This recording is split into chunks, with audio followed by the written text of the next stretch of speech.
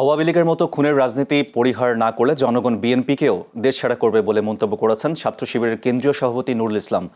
রোববার রাতে রাজধানীর কেন্দ্রীয় শহীদ মিনারে ইসলামী ছাত্র শিবিরে ঢাকা মহানগরীর উদ্যোগে গাইবান্ধায় ছাত্র শিবিরের ইউনিয়ন সভাপতি সাইফুল্লাহর হত্যার প্রতিবাদে আয়োজিত বিক্ষোভ সমাবেশে এ মন্তব্য করেন তিনি।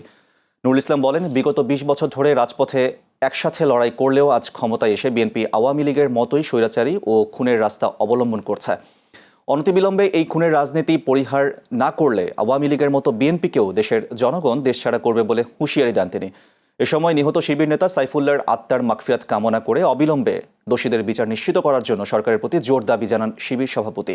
আমরা হুঁশিয়ার করতে চাই, অনতিবিলম্বে এই খুনের রাস্তা যদি পরিহার না করেন, একই পন্থায় যদি হাঁটতে থাকেন, এই দিল্লি মামুবাড়ি আপনাদেরও পাঠানো হবে। আমরা লজ্জিত, জুলাই পরবর্তী এই স্বাধীন বাংলাদেশে ১০০ দিনে ৬৫টি হত্যাকাণ্ডের ঘটনা ঘটানো হয়েছে।